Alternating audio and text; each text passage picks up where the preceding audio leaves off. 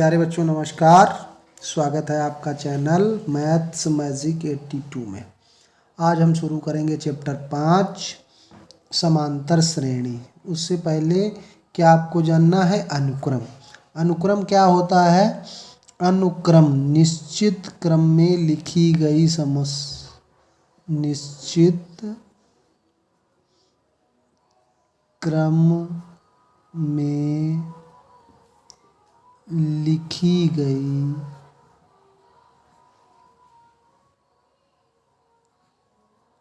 संख्याओं का समुच्चय।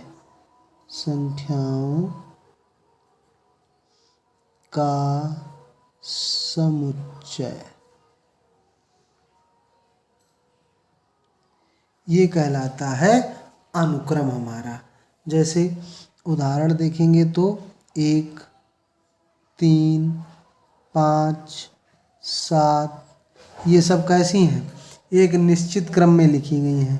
सबके बीच में 2-2 का अंतर है, तो इनका क्रम एक निश्चित क्रम में है। ये इसी प्रकार से लिख सकते हैं 2, 5, 8, 11। इनमें प्रत्येक पद में कितने का? 2 में 3 जोड़ा तब 5, 5 में 3 जोड़ा 8, 8 में 3 जोड़ा 11 हो गया। ये 1, 4, 1 का 4 गुना 4, 4 का 4 गुना 16, 16 का 4 गुना 64। तो इस तरह से ये एक निश्चित क्रम बन रहा है इनका। तो ऐसी संख्याओं का समुच्चय क्या कहलाता है? अनुक्रम कहलाता है। अब मान लो, अब देखो एक नया उदाहरण देखते हैं। हमने लिख दिया 2, 5, 3, 4। इसमें कोई क्रम है? 2 में 3 जोड़ा तो 5 मिल गया, 5 से फिर 2 कम हो गया 3 हो गया, और 3 से 1 बढ़ गया। कोई क्रम नहीं है, तो ये अनुक्रम नहीं है। ये क्या है? अनुक्रम नहीं है। मतलब क्या कहने का है कि एक निश्चित क्रम में कोई भी क्रम हो उसका, जैसे यहाँ पे 2 जोड़ है, यहाँ पे 3 जोड़ है, यहाँ पे 4 गुना है, तो इस तरह से ये एक अनुक्रम बनता है। जब एक संख्याएं एक निश्चित क्रम में लिखी जाती हैं तब एक अनुक्रम बनता है। अब आप कहेंगे तो अनुक्रम और श्रेणी में क्या अंतर होता है? अब देखते हैं श्रेणी। श्रेणी क्या होती है? यही अगर हम संख्याएं उठा लें जो ऊपर आपको हमने बताई हैं कि 1, 3, 5, 7 इस तरह की संख्याएं हैं, और इनमें कोई चिन्ह लगा दें प्लस या माइनस का, तो ये एक श्रेणी कहलाएगी। 2, 3, 8, 11 तो ये एक श्रेणी कहलाएगी। अब ये चिन्ह माइनस का भी हो सकता है, -2, -5, -8, -11 इस तरह से भी हो सकता है। तो अगर अनुक्रम में 2 क्रमागत पदों के बीच में कोई चिन्ह आ जाता है प्लस या माइनस का, तो हम उसको क्या कहते हैं? उसको श्रेणी कहते हैं। तो बस इतना ही आपको इंट्रो में समझना है कि अनुक्रम क्या होता है और श्रेणी क्या होती है। अब हमको इस चैप्टर में पढ़ना है समांतर श्रेणी। तो समांतर श्रेणी कैसी होती है? ऐसी श्रेणी, समांतर श्रेणी अलग होगी। श्रेणियाँ कई प्रकार की होती हैं, लेकिन हमको कक्षा 10 में केवल समांतर श्रेणी पढ़नी है। तो ऐसी श्रेणी जिसके किन्हीं 2 क्रमागत पदों के बीच अंतर समान होता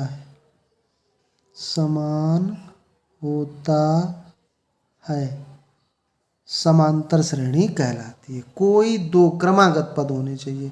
किन्हीं 2 पदों के बीच में, अब दो क्रमागत पद कोई लेंगे तो यानी कि जो श्रेणी लिखी होगी उसके सभी पदों के बीच में समान अंतर होगा।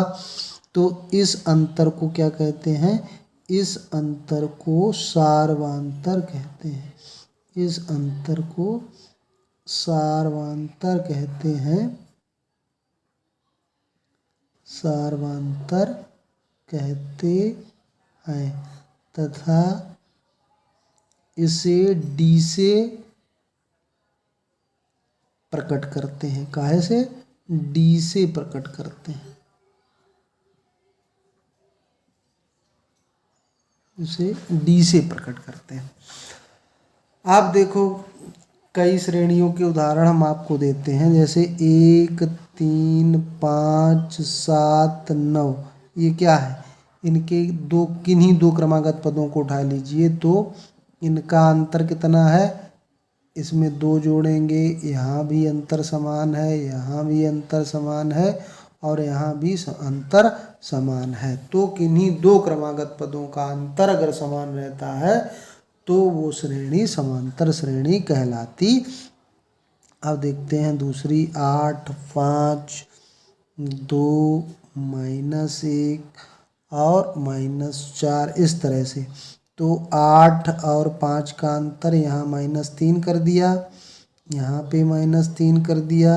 अब 2 से 3 घटा दिए तो -1 बचेगा और -1 से 3 घटा दिए तो -4। तो ये सार्वंतर ऋण का भी हो सकता है, धन का भी हो सकता है। तो ऐसी श्रेणी समांतर श्रेणी कहलाती है। अब जनरल में अगर बात करें तो इसका ए और डी का अंतर सार्वंतर लिया है तो ए प्लस डी, आगे फिर अंतर होगा तो ए प्लस 2d, ए प्लस 3d, इस तरह से ये हो जाता है। तो ये भी एक समांतर श्रेणी है, जनरल में इसको ऐसे लिखते हैं। अब जो प्रथम पद है, जो सबसे पहले लिखा होता है उसको हम प्रथम पद बोलते हैं। प्रथम पद क्या बोलते हैं? प्रथम पद।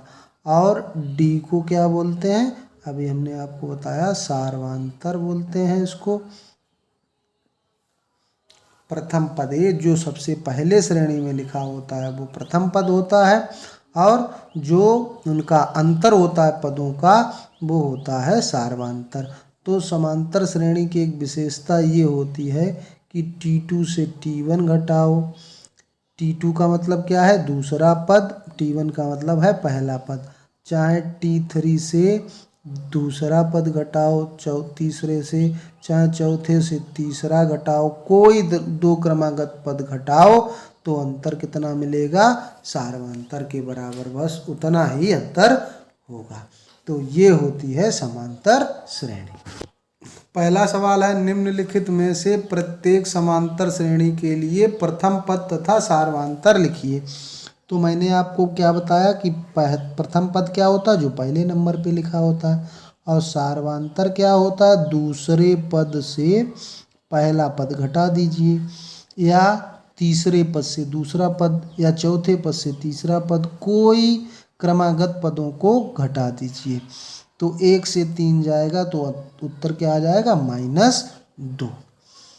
इसी प्रकार ये लिखा है तो शुरू में कितना लिखा है? पहला नंबर पे लिखा -5। डी निकालेंगे तो -1 से आपको -5 घटाना पड़ेगा। अब -1 से ये माइनस का गुणा हो गया 5, 5 में से 1 घटा दिया तो आंसर हो गया आपका 4। तो सार्वंतर आ गया। इस श्रेणी में जब हम निकालेंगे तो ए पहले नंबर पे क्या लिखा हुआ है? 1/3। डी बराबर अगर निकालेंगे तो 5/3 से 1/3 घटा देंगे तो 3 एलसीएम हो गया और 5 से 1 घटा देंगे तो आंसर कितना आ जाएगा? 4/3। ये चौथा सवाल देखिए तो पहले नंबर पे क्या लिखा है? 0.6। अब डी निकालना है तो 1.7 से 0.6 दूसरा पद घटा दिया तो 7 से 6 गया 1 और ऊपर 1 बचा तो 1 से 1.1। ये सब हमारे आंसर हो गया। तो कितना सरल है सवाल, समझ में आ रहे हैं तो भाई वीडियो को लाइक तो कर दीजिए, और चैनल पे नए हैं तो चैनल को सब्सक्राइब भी कर लीजिए, क्योंकि मैं तो रोज़ ही वीडियो डालूंगा, आपको अच्छी तरह से पढ़ाऊंगा। दूसरा सवाल हमारा है कि निम्न में से कौन समांतर श्रेणी है। यदि कोई समांतर श्रेणी है तो इसका सार्वधातर ज्ञात कीजिए और इसके 3 और पद लिखिए। तो देखो कितना सरल है। सार्वधातर तो अभी आपको हमने बताया निकालना। सार्वधातर क्या होता है, पहले तो देखो समांतर श्रेणी, समांतर श्रेणी की जांच के लिए क्या करो, T2 माइनस T1 निकालो। T2 दूसरा पद है 4 और -2, 4 से 2 गया तो 2 बचा। अब T3 से T2 निकालो तो 8 से 4 घटा तो 4 बचा। ये अंतर ही समान नहीं है। तो चूंकि सार्वधातर समान नहीं है, सार्वधातर समान नहीं है, अतः यह समांतर श्रेणी नहीं है, समांतर श्रेणी नहीं है। बस इतना करना है आपको कि चूंकि सार्वधातर समान नहीं है, अगर सार्वधातर समान आ जाता तो वो तो सार्वधातर ज्ञात ही हो जाता हमको, और इसके 3 पद लिखने होते तो आगे उसको उतना ही बढ़ाते चले जाते। दूसरा सवाल में फिर वैसे ही करना है। T1 ये है, T2 ये है, T3 ये है, T4 ये है, T2 माइनस T1 करना है। दूसरा पद हमारा कितना, -6, फिर माइनस लगाना, फिर माइनस है तो माइनस माइनस प्लस हो जाएगा 10, 10 से 6 गया तो 4 बचा। T3 से T2 घटा दीजिए। T3 कितना है, -2, इससे -6 घटाएंगे तो +6 हो जाएगा। अब 6 से 2 घटेगा तो 4। अब सार्वधातर समान आ रहा है। T3 से T4 से T3 घटा दीजिए। चौथा पद कितना है, 2, और उससे -2 घटाएंगे तो माइनस माइनस प्लस हो जाएगा, ये 4। सार्वधातर समान है, समांतर श्रेणी है, समांतर श्रेणी है। अब समांतर श्रेणी है। अब क्या हमको चाहिए, अगले 3 पद, अगले 3 पद, अगले 3 पद चाहिए 2 से आगे वाले। तो अब यहाँ हम आगे वाला अगले 3 पद लिख देते हैं, या 5वां पद हमको चाहिए। 4 तो लिखे हुए हैं, तो 5वां पद क्या होगा, इससे 4 ज़्यादा होगा तो 2 + 4 और कर दीजिए तो 6 हो गया।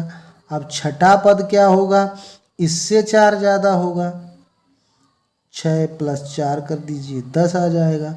और 7वां पद क्या होगा, 10 से 4 ज़्यादा होगा तो 10 और 4 14 हो गए। बस इस तरह से आपका आंसर आता जाएगा, और ये आप करते जाइए। तो आई होप इतना तो आप कर पाएंगे।